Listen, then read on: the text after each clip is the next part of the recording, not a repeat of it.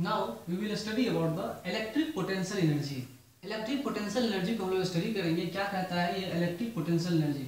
इससे पहले हम लोग पढ़े थे इलास्टिक पोटेंशियल एनर्जी 1/2 kx², उसका फॉर्मूला आता था, हम लोग पढ़े हैं। अभी हम लोग क्या पढ़ेंगे? Electric potential energy.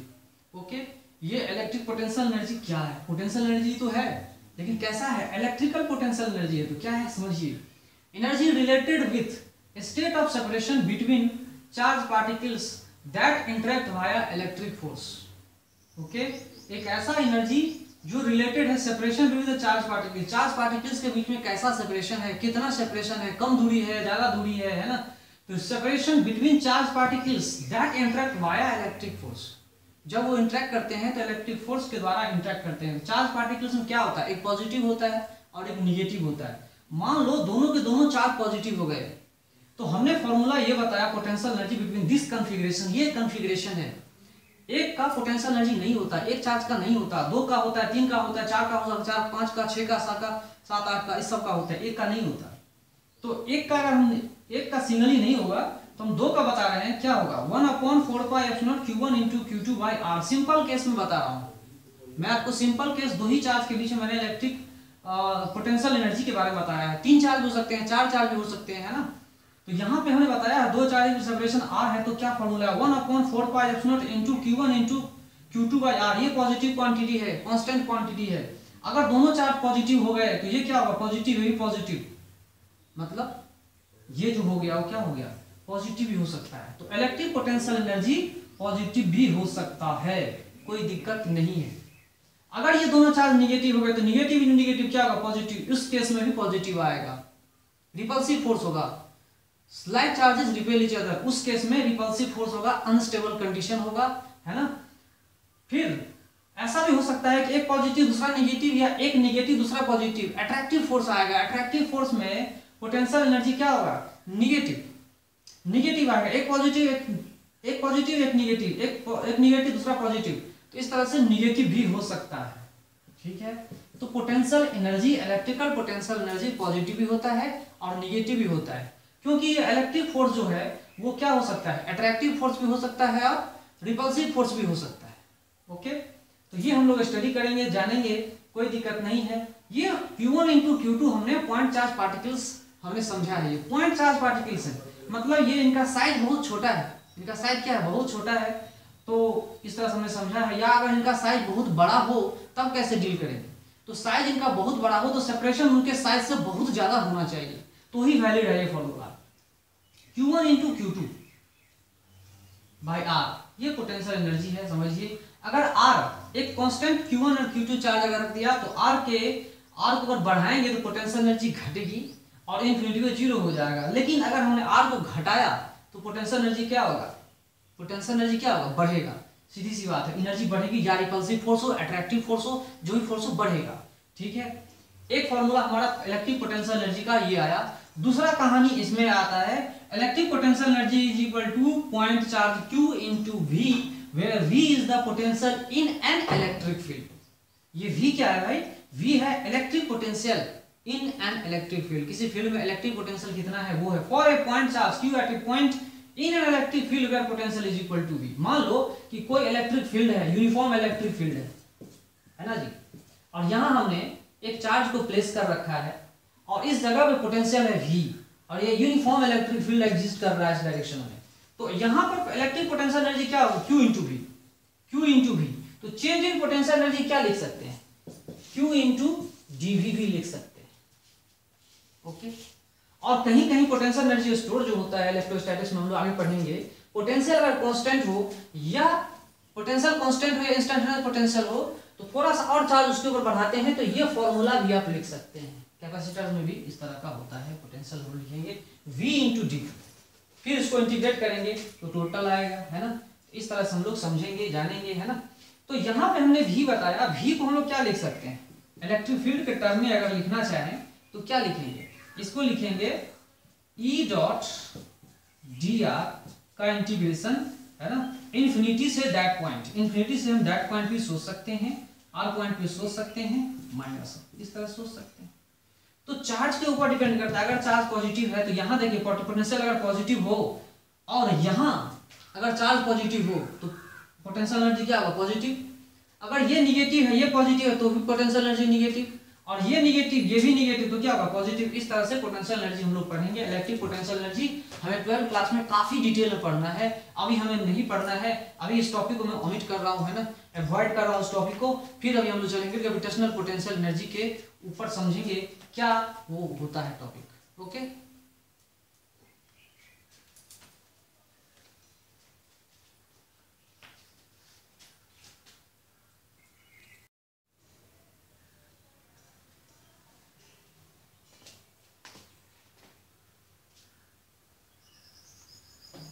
okay, the third type of potential energy we will study, that is gravitational potential energy। तीसरा टाइप जो हम लोग पढ़ रहे हैं पोटेंशियल एनर्जी का, वो तीसरा वैरायटी क्या है, वो है तीसरा वैरायटी ग्रेविटेशनल पोटेंशियल एनर्जी। वो क्या है, gravitational potential energy. Energy connected with separation of bodies having non zero masses. दो बॉडीज, तीन बॉडीज जिसका नॉन जीरो मास हो, किसी का मास जीरो नहीं हो, that interact via gravitational force, और वो जो इंटरेक्ट करते हैं ग्रेविटेशनल फोर्स के तहत करते हैं, ग्रेविटेशनल फोर्स से इंटरेक्ट करते हैं, ग्रेविटेशनल फोर्स इफेक्ट में आते हैं, लाते हैं, है ना, दूसरे के ऊपर एक्सर्ट करते हैं या फील करते हैं। तो या तो ग्रेविटेशनल फोर्स है या तो ग्रेविटेशनल फील्ड है। तो ऐसे एनर्जी कॉन्फ़िगरेशन को हम क्या बोलते हैं, gravitational potential energy. Gravitational potential energy is the energy associated with separation of bodies that interact via gravitational force और gravitational field। तो दो पॉइंट मासेस हमें रखे हुए हैं m1 and m2, separation between them is equal to r, then what is the potential energy between them? Potential energy at a separation r is equal to minus g। potential energy at a separation r is equal to minus capital G m1 into m2 by r। Minus क्यों लिखा, minus इसलिए लिखा क्योंकि जब भी दो bodies gravitational potential energy की बात करेंगे, ये अट्रैक्टिव फोर्स होगा। m2 m1 को अट्रैक्ट करेगा और m1 m2 को अट्रैक्ट करेगा। अट्रैक्ट करने की वजह से ये जो फोर्स आ रहा है, ये क्या आ रहा है, अट्रैक्टिव फोर्स।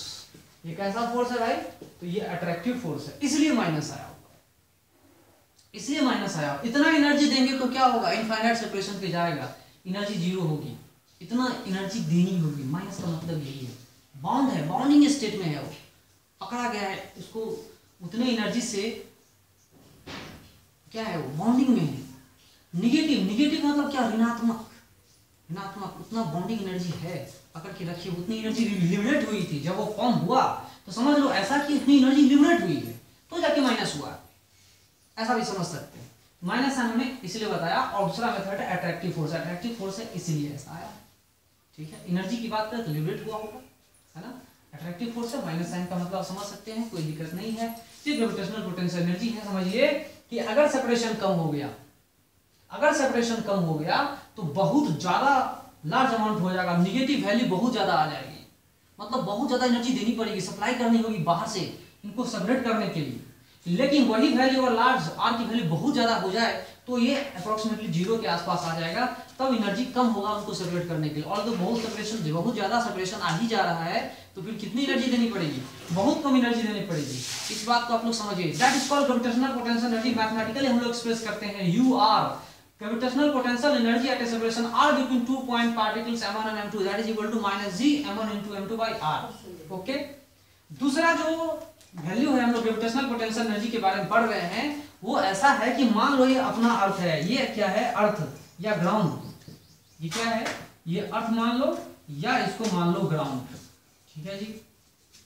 अगर ये ग्राउंड है, इससे हाइट h हाइट ऊपर, सरफेस h हाइट ऊपर पे हमने एक मास m रखा हुआ है, तो अब इसकी क्या है पोटेंशियल एनर्जी। तो ये मत बोलना कि सर ये सिंगल पार्टिकल है तो इसकी पोटेंशियल एनर्जी होगी, नहीं। यहाँ अर्थ प्लस पार्टिकल सिस्टम है, इसका पोटेंशियल एनर्जी बताओ क्या होगा। ये सिंगल पार्टिकल नहीं है, ये अर्थ प्लस पार्टिकल सिस्टम है, तब बताओ क्या होगा इसकी पोटेंशियल एनर्जी। तो potential energy between two particles, कम से कम दो पार्टिकल होने चाहिए, ये भी है अर्थ भी है, तो that is equal to m height पे अगर ऑब्जेक्ट को हमने रखा है, मान लो ग्राउंड पे इतना हाइट पे हमने रखा हुआ है इसको, तो इसकी net potential gravitational potential energy कितनी होगी at a particular height. Surface ये है, इसके ऊपर हमने यहाँ रखा है, इतने हाइट के ऊपर हमने इस ऑब्जेक्ट को रखा है, that potential energy at a height h is equal to how much. ऊपर की बात करें ग्रेविटेशनल हाइट क्या होगा, mgh divided by 1 plus hr, 1 plus h by r, ये हमारा ग्रेविटेशनल पोटेंशियल एनर्जी है, mgh into 1 plus hr for a body of mass m at a height h from the surface of the earth। अर्थ के surface के ऊपर जितना है वो gravitational potential energy इतनी है, कोई दिक्कत नहीं है। अब सवाल ये है कि मान लो जो हम लोग 9th क्लास में पढ़ते थे mgh कैसे आता था ग्रेविटेशनल पोटेंशियल एनर्जी mgh, वो अब समझते हैं, काफी इजी है। पहला केस हम इसमें ये समझ सकते हैं, सिंपल केस ये है कि मान लो h is very very less than radius of the earth. अगर मान लो h is very very less than radius of the earth, it means क्या है कि h by r is very very very very less than 1 है। तो ये term क्या हो, ओमिट हो जाएगा, डिलीट हो जाएगा, हट जाएगा, नेग्लिजिबल होगा, किसके कंपैरिजन में, 1 के कंपैरिजन में। तो हम लोग gravitational potential energy 9th class में क्या पढ़ते थे, that is equal to mgh इसको रटते थे, ये अनंत विद्या था। Gravitational potential energy is equal to mgh। Okay, actually ऐसा नहीं होता है, ये हाइट ये तभी होगा, अप्रोक्सीमेटेड वैल्यू है, कब होगा, जब when h is very very less than radius of the earth. ठीक है, चलिए ये 9th के स्टूडेंट को समझाया जाता है, समझ सकते हैं, कोई दिक्कत नहीं है। लेकिन अगर h रेडियस के कंपेरेबल होगा तो क्या होगा, अगर ये रेडियस r के कंपेरेबल होगा तो क्या होगा, तो कहानी आप देख सकते हैं, यही वैल्यू होगा 1 प्लस एच बाई आर। बायनोमियली अगर हम ऊपर इसको लेके जाएं तो क्या होगा, ऊपर लेके जाएंगे तो -1 माइनस एच बाई आर आ जाएगा, है ना। तो इस तरह से हम लोग समझेंगे, कोई दिक्कत नहीं है। हाइट अगर रेडियस के आसपास आ जा रहा है तो ठीक है। इससे रिलेटेड हमें काफी डिटेल में पढ़ना भी है ना, तो समझ सकते हैं। मान लीजिए अर्थ का रेडियस इतना है, मान लो कि एक हाइट पे, मान लो पहला केस हम देते हैं कि h is equal to 1 kilometre. मान लो कि h is equal to 1 kilometre, क्या ये लेस देन बहुत कम नहीं है 6400 किलोमीटर से, बताओ। ये 1 किलोमीटर हाइट जो रखे है 6400 किलोमीटर से बहुत कम है या नहीं है, बहुत कम है। मतलब ये क्वांटिटी क्या होगी, अपने आप ओमिट हो जाएगा, मतलब ग्रेविटेशनल पोटेंशियल mgh जो आ जाएगा जितना होगा, कितना होगा, मान लो उस पार्टिकल का मास क्या है 1 kg, मास क्या है 1 kg, ठीक है, और g क्या है 10 ले लेते हैं ना, तो कितना आ जाएगा, मास 1 kg 10 इंटू 1 किलोमीटर मतलब 1000 मीटर, ठीक है जी। तो इतना हमारा जो है वो क्या आ जाएगा, जूल आ जाएगा। एनर्जी क्या होता है, जूल, लिख देंगे इस तरह से। तो कितना आ गया, 1000 नहीं, ये 10,000 आ गया, 10,000 जूल एनर्जी एसोसिएटेड है अगर किसी ऑब्जेक्ट को 1 किलोमीटर ऊपर लेके जाएं तो। समझ में आ रहा है, चलिए कोई दिक्कत नहीं है। अगर मैं इसी को बोलूं, दूसरे केस में अगर मैं बी पार्ट को देखूं कि h को अगर हमने बता दिया कि, अगर मैं बता दूं कि h is equal to 640 kilometre, 640 kilometre ऊपर की बात मैं करूं, तब बताओ क्या होगा। तब क्या ये 640 किलोमीटर ऊपर की ओर बात करें तो 640 किलोमीटर क्या इसके अर्थ ऑफ रेडियस से क्या बहुत कम है क्या, नहीं, बहुत कम नहीं है। कितना कम है वो हम गेस करेंगे। अब उस समय जो पोटेंशियल एनर्जी होगी वो क्या होगा, mgh डिवाइडेड बाय 1 प्लस कितना आ रहा है, इसको 6400 डिवाइड करेंगे, 640 को 6400 से डिवाइड करो तो कितना आ रहा है, कितना आ जाएगा, तो mgh डिवाइडेड बाय 1.1 h के बदला आप लिख सकते हैं, कितना लिखेंगे, x इज इक्वल टू कितना है 664 किलोमीटर है ना, तो यहाँ पे वैल्यू लिख सकते हैं, मास कितना 1 kg 10 है ना, 640 kilometre 10 to the power 3 joule है ना, डिवाइडेड 1.1 11, फिर एक और आ जाएगा। इस तरह से जूल हम निकाल सकते हैं, कोई दिक्कत नहीं है। तो ग्रेविटेशनल पोटेंशियल एनर्जी ये भी कॉन्फ़िगरेशन है, ये भी कॉन्फ़िगरेशन है, दो अलग अलग कॉन्फ़िगरेशन है, ये जनरल है। इसी कॉन्फ़िगरेशन को हमने स्पेशल केस यहाँ बना के देखा हुआ है ना, तो हमने निकाल के देखे, काफी इंटीग्रेशन करने के बाद इस तरह से आया हुआ है। ये भी है ना। अच्छे से डिटेल में पढ़ेंगे हम लोग एक एक करके, तब समझ में आएगा।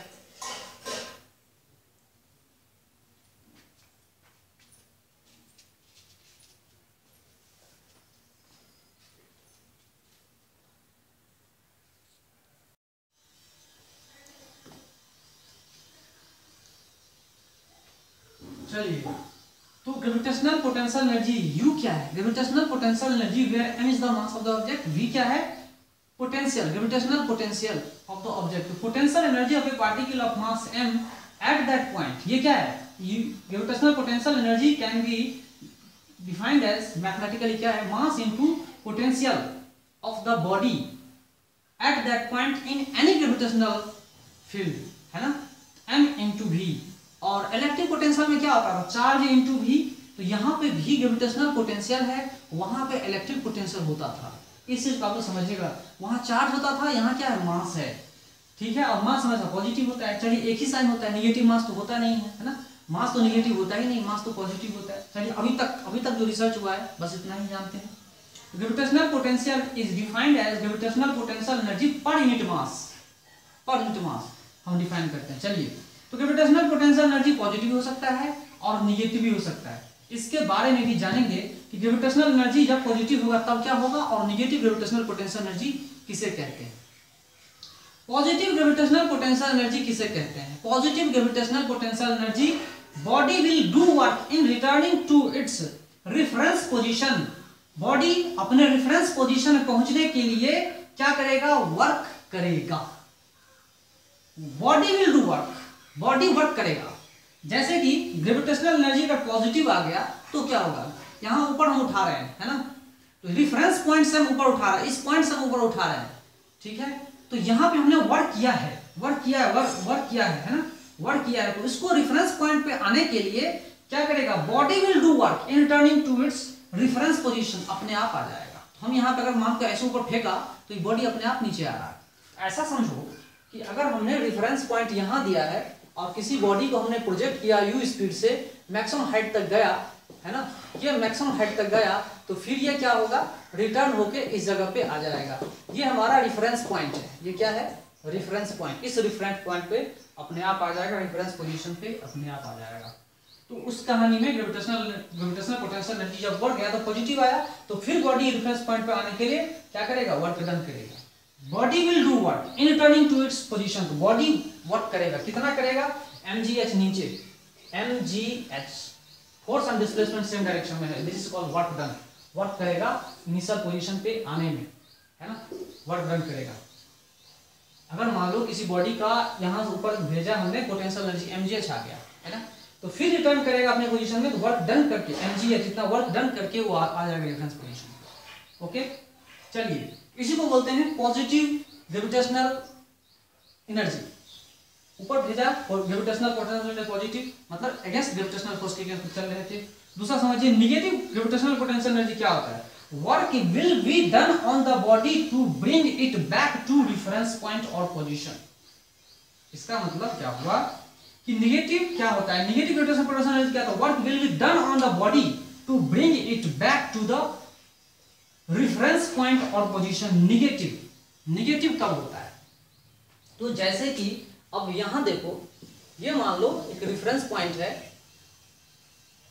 सॉरी यहां पे हमने रेफरेंस पॉइंट, ये मान लो रेफरेंस पॉइंट, हाईएस्ट पॉइंट को हमने रेफरेंस पॉइंट माना, ये अपने आप नीचे गिर रहा है ग्रेविटेशनल फोर्स के इफेक्ट में, तो ये क्या होगा? नीचे की ओर जा रहा है ना, नीचे की ओर जा रहा है। फिर वापस अब इसको लेने जाएंगे तो वर्क करना पड़ेगा इस बॉडी के ऊपर। Work will be done on the body, किसके ऊपर होगा? डन ऑन बॉडी, बॉडी के ऊपर में काम करना होगा ऊपर ले जाने में, ठीक है, समझ में आ रहा है। अगर ये बॉडी है हाईएस्ट पॉइंट पे, अगर ये नीचे गिर गया तो कोई दिक्कत नहीं, लेकिन इसी को ऊपर उठाने में वर्क करना पड़ेगा कि नहीं, बॉडी के ऊपर। फिर रेफरेंस पॉइंट, हाईएस्ट पॉइंट अगर रेफरेंस पॉइंट है और नीचे हमने गिराया, तो इस बॉडी को ऊपर उठाने में हमें वर्क करना पड़ेगा on the body. Work will be done on the body, ठीक है, उसी को हम बोलते हैं negative gravitational potential energy. Work will be done on the body to bring it back to reference point और पोजीशन, ठीक है। Gravitational potential energy depends on frame of reference, ये फ्रेम ऑफ रेफरेंस पे डिपेंड करता है या reference point पे depend करता है, ठीक है, क्योंकि एच का इन्वॉल्वमेंट है भाई, एच का इन्वॉल्वमेंट है, जहां रेफरेंस पॉइंट लोगे उसके ऊपर डिपेंड करेगा। जो भी आपको समझना है, देखिए ये मान लो ये अर्थ का पॉइंट है, एक हाइट ये भी है, एक हाइट ये भी, एक हाइट ये भी, एक हाइट ये, एक हाइट ये भी, अलग अलग हाइट्स हैं। तो h1, इसके बाद h2, इसके बाद h3, लाइक दैट बहुत सारे हाइट्स हैं। एक एक रेफरेंस पॉइंट है, हर एक रेफरेंस पॉइंट है, एक रेफरेंस पॉइंट है, ये भी रेफरेंस पॉइंट है, ये भी रेफरेंस पॉइंट, सब के सब रेफरेंस पॉइंट है।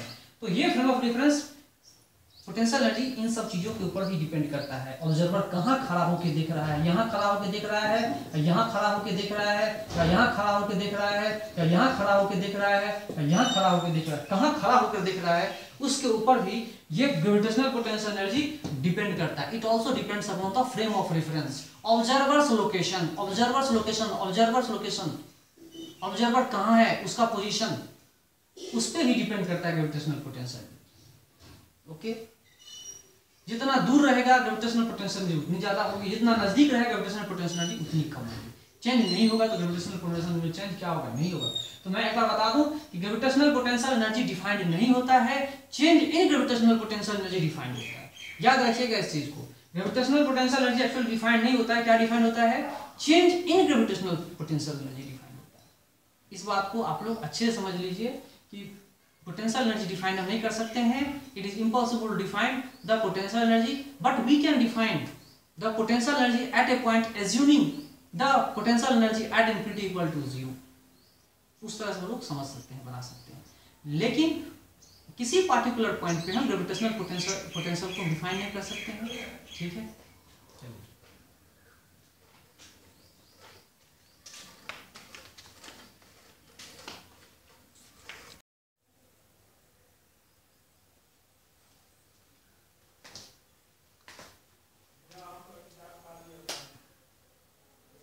चलिए अभी हम लोग पढ़ेंगे ग्रेविटेशनल पोटेंशियल एनर्जी और डिटेल में पढ़ते हैं।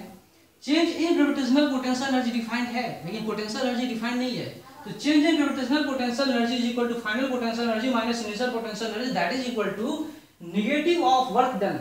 ये लिख सकते हैं, change in potential energy that is equal to delta U that is equal to negative of work done. ये आता है फॉर्मूले में।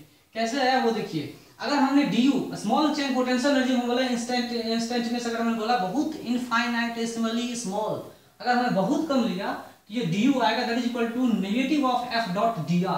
ये f डॉट dr क्या है, w है भाई, वर्क डन है, ये माइनस w हमने लिख दिया यहाँ पर। ओके, ये एक स्पेशल फार्मूला है changing potential energy that is equal to mgh। मैंने कहा था पोटेंशियल एनर्जी डिफाइन नहीं होती है, चेंजिंग पोटेंशियल एनर्जी, हमने यहाँ पे लिखा है mgh। ये 9th क्लास में पढ़ते होंगे, when h is very very less than radius of the earth, तो ही ये आता है, ये स्पेशल केस है, that is equal to mgh। mgh है ना, ना कि mdh। एक mdh क्या होता है, मसाला आता है, वो नहीं है, ये एक मसाला है ना, वो नहीं, mgh। आगे देखिए m1 and m2। Okay, m1 एक पॉइंट मास है, क्या है m1 भाई, एक पॉइंट मास। m1 क्या है, एक पॉइंट मास, पॉइंट मास जो कि फिक्स्ड है।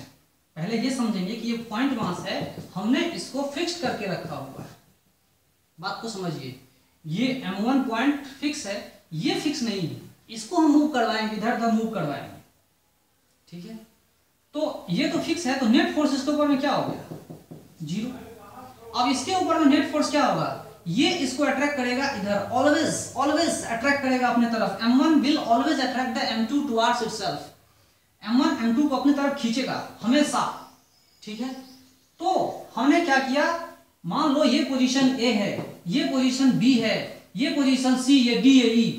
अगर मान लो कि दो मास पार्टिकल हैं, इन दोनों के बीच में सेपरेशन r1 है, B से E के पास हम लेके जा रहे हैं, सीधा उठाया हमने, यहाँ सीधा एक ट्रांसलेटरी स्ट्रेट लाइन है, यहाँ देखिए स्ट्रेट लाइन है ना, ये स्ट्रेट लाइन है। तो हमने क्या किया, पहले पोजीशन कॉन्फ़िगरेशन चेंज किया, ए बी यहाँ जो बी पोजीशन से ई तक लेके गए, किसको लेकर गए, m2 को लेकर गए। ठीक है, धीरे धीरे लेकर गए, स्लोली लेकर गए, without accelerating, very very slow speed, very very slow speed मतलब बहुत बहुत कम, धीरे धीरे स्पीड, धीरे धीरे, बहुत धीरे धीरे, बहुत धीरे धीरे, क्योंकि अगर थोड़ा भी स्पीड बढ़ाओगे काइनेटिक एनर्जी आ जाएगी, उसको भी हमें फिर ऐड करना होगा, चेंज इन काइनेटिक एनर्जी भी ऐड करना होगा, जिसको मैकेनिकल एनर्जी पढ़ेंगे, potential energy plus kinetic energy, है ना, एकदम धीरे धीरे धीरे धीरे धीरे धीरे। चलिए इस कॉन्सेप्ट को भी समझिए, m2 को हमें यहां तक लाना है slowly slowly, without accelerating, very very slowly. यहाँ पे देखिए वेरी वेरी स्लोली हमको लाना है, और विदाउट एक्सेलरेटिंग, विदाउट एक्सेलरेटिंग, हो गया कहानी खत्म। एक्सेलरेट भी नहीं करना है, अब हमने यहाँ जो कॉन्सेप्ट देखा है, तो अब थर्मोडायनेमिक्स में भी पढ़ेंगे और बहुत सारी जगह में पढ़ेंगे, जो किसी भी सिस्टम में जो हीट दिया जाता है, किसी सिस्टम में जो हीट दिया जाता है, कुछ हीट उसकी इंटरनल एनर्जी बढ़ाती है और रिमेनिंग हीट जो होता है वो वर्क डन करता है। तो ये इंटरनल एनर्जी कहलाता है और ये क्या कहलाता है, वर्क डन कहलाता है। तो हमने जो यहाँ लिखा change in potential energy is equal to negative of work done, इसका मतलब ये है कि heat here is equal to zero. जो हीट सिस्टम में है वो अभी जीरो दिया गया है, सिस्टम में कुछ हीट दिया ही नहीं गया, इसीलिए ऐसा आया हुआ है। अगर ये जीरो है तो नहीं आएगा क्या, that is equal to minus of D W and that is equal to D U. ठीक है, ये ऐसा ही है, या नहीं तो एवरेज लेंगे तो क्या होगा, माइनस ऑफ डी डब्ल्यू, इस तरह से लेंगे, कोई दिक्कत नहीं है। पावर को भी आप लिख सकते हो, अगर डिफरेंशिएट किया तो पावर भी हम लिख सकते हैं, है ना, D U by D T that is equal to minus D W by D T. तो minus D W by D T तो पावर आता है ना, तो इस तरह से आप समझ सकते हैं, कोई दिक्कत नहीं है। अभी आप ये समझिए कि M2 को यहाँ पर बिना एक्सेलरेट किए धीरे धीरे धीरे धीरे धीरे धीरे धीरे धीरे धीरे लेके जा रहा है। और इतना धीरे लेके जा रहा है जैसे कि हम लोग का ग्रोथ है, बॉडी का ग्रोथ है, पता ही नहीं चलता, धीरे धीरे उसी स्पीड से धीरे धीरे लेके जाएंगे, बहुत कम स्पीड विदाउट एक्सेलरेटिंग। जब M2 को हम ई कॉन्फ़िगरेशन पे लेके जाएंगे तो R2 सेपरेशन हो गया। अब M1 और M2 के बीच में सेपरेशन कितना है, R2। ओके, अब इन दोनों के सेपरेशन कितना हो गया, R2 सेपरेशन हो गया। चलिए ठीक है, configuration change, gravitational potential energy भी चेंज। अगर चेंज कॉन्फ़िगरेशन नहीं हुआ, पोजीशन चेंज नहीं हुआ तो चेंज नहीं हुआ। चलिए, इतना चेंज हुआ, कैसे चेंज करते हैं वो देखते हैं। मान लो कि यहां से हमने यहां B से C तक लेकर गए तो instantaneous separation from A is equal to R, थोड़ा सा और डिस्प्लेस किया, स्मॉल डिस्प्लेसमेंट D तरफ किया, that is equal to DR। तो टोटल डिस्प्लेसमेंट कितना, R प्लस DR। पहले R यहां पे ले गए, फिर क्या किया, फिर DR डिस्प्लेसमेंट किया। ओके, तो अब वर्क डन पहले हमको निकालना होगा। हमें क्या करना होगा, पहले वर्क डन निकालना होगा। ये देख रहे हैं ना, पहले हमें वर्क डन निकालना होगा। अगर हमने वर्क डन निकाल दिया फिर हमें चेंज इन पोटेंशियल एनर्जी भी कैलकुलेट हो जाएगी और वर्क डन जो निकालेंगे नेगेटिव ऑफ वर्क डन निकालेंगे। इस कॉन्सेप्ट को भी समझिए। तो अगर मैं इसको इधर लेके जा रहा हूं तो कोई एक्सटर्नल एजेंट लेके जाएगा, इंटरनल एजेंट नहीं लेके जाएगा। इंटरनल एजेंट तो अपनी तरफ खींच रहा है, तो work done by external agent. External agent उसको इधर खींचेगा, तो जो इधर खींच रहा है वो ग्रेविटेशनल फोर्स के अगेंस्ट में काम कर रहा है, ग्रेविटेशनल फोर्स के अगेंस्ट में काम कर रहा है। ठीक है, और वही फोर्स अगर इसके अंदर ले जाता तो क्या होता है, वहां क्या होता है, work done by the body हो जाता। इधर हम पकड़ के ले जाएं या अपने आप चले जाए तो वर्क डन बाय बॉडी हो जाएगा, और इधर हम लेके जाए तो work done on the body हो जाएगा, क्योंकि इसको पकड़ के खींच के इधर ले जाए अगेंस्ट द ग्रेविटेशनल फील्ड। इसका जो ग्रेविटेशनल फील्ड है उसके अगेंस्ट में लेके जा रहे हैं। इसका जो ग्रेविटेशनल फील्ड है वो इधर है, अट्रैक्टिव अपने तरफ है, इसका इसको खींच रहा है, हम इसको बाहर लेके जा रहे हैं, इधर लेके जा रहे हैं। तो चेंज इन पोटेंशियल एनर्जी क्या होगा, negative of work done, negative of work done. Displacement इधर, फोर्स इधर, समझिएगा, फोर्स इधर है, अट्रैक्टिव फोर्स इधर है, डिस्प्लेसमेंट इधर है, dr इधर है, dr की डायरेक्शन इधर है, डिस्प्लेसमेंट इधर है, अपोजिट इन डायरेक्शन है, डॉट प्रोडक्ट में लगाया है, cos 180 कितना होगा, -1 माइनस माइनस कितना होगा, प्लस। तो f डॉट dr का मतलब क्या हुआ, f इंटू dr, वो लिखेंगे। तो इन दोनों के बीच में पहले ग्रेविटेशनल फोर्स कितना होगा, r सेपरेशन पे थोड़ा सा डिस्प्लेसमेंट, मान लो ये r को जैसे जनरल पॉइंट r हम लेते हैं, यहां से यहां तक हम जनरल पॉइंट r लेते हैं दोनों के बीच में, और थोड़ा सा dr करते हैं। तो जब यहां पे c पर था तो इन दोनों के बीच में ग्रेविटेशनल फोर्स कितनी थी, डायरेक्शन किधर था, तो डायरेक्शन इधर था, डायरेक्शन इस समय किधर था, फोर्स की डायरेक्शन इधर होगी और डिस्प्लेसमेंट का डायरेक्शन इधर होगा, डिस्प्लेसमेंट का डायरेक्शन इधर, फोर्स का डायरेक्शन इधर। अट्रैक्टिव फोर्स है, अट्रैक्टिव फोर्स है, याद रखिएगा, इसीलिए इधर की ओर है, इसके अगेंस्ट में इसको खींचा जा रहा है, उसके अपोजिट डायरेक्शन में खींचा जा रहा है, इसीलिए ये पूरा का पूरा प्रोडक्ट क्या आ जाएगा, पॉजिटिव। तो चेंज इन पोटेंशियल एनर्जी क्या होगा, पॉजिटिव आ जाएगा। ध्यान समझिए, ये प्रोडक्ट निगेटिव, तो निगेटिव प्लस, ये पॉजिटिव, मतलब change in potential energy will be positive. दूसरा केस समझिए कि अगर मैंने इस आर पोजीशन को यहां नहीं रख करके यहां रखते, इसके अंदर में रखते, तब क्या होता, अगर हम इस पोजीशन को यहां नहीं रख करके यहां रखते, उस केस में क्या होता, उस केस में वही होता जो होना चाहिए था। इसमें देखो डिस्प्लेसमेंट भी इधर है, फोर्स भी इधर है, दोनों का डायरेक्शन सेम है, cos 0 आ जाएगा सेम डायरेक्शन में। तो F dot dr same direction है तो माइनस साइन आ जाता। इसमें क्या होता, माइनस साइन आता। तो किसी m2 को इधर ले जाते तो चेंज इन पोटेंशियल एनर्जी क्या होता, निगेटिव हो जाता। और निगेटिव मतलब क्या, decrement in gravitational potential energy, decrement होता। अपोजिट डायरेक्शन लेके जा रहे हैं तो क्या हो रहा है, इंक्रीमेंट इन पोटेंशियल एनर्जी होगा। जैसे यहाँ देखिए, यहाँ मैं अर्थ के अगेंस्ट में लेके जा रहा हूँ, अर्थ पार्टिकल सिस्टम को मैं इसको ऊपर लेके जा रहा हूँ तो increment in gravitational potential energy आ रहा है, increment in gravitational potential energy आ रहा है। और मैं इधर इसको नीचे लेके जा रहा हूँ तो क्या हो रहा है, decrement in gravitational potential energy आ रहा है। बात को समझिए। ओके, यही इस कहानी में है। अगर हम इसको अगेंस्ट में लेके जा रहे हैं तो क्या हो रहा है, ग्रेविटेशनल पोटेंशियल एनर्जी इंक्रीज कर रहा है। और सपोर्ट में हम लेके जा रहे हैं, ग्रेविटेशनल फील्ड की तरफ लेके जा रहे हैं बॉडी को, तो उसमें decrement in gravitational potential energy आएगा। ओके, निगेटिव जिसको बोलते हैं, इसमें पॉजिटिव, इसमें निगेटिव, वही हमें समझाना है, वही समझना है। देख लीजिए।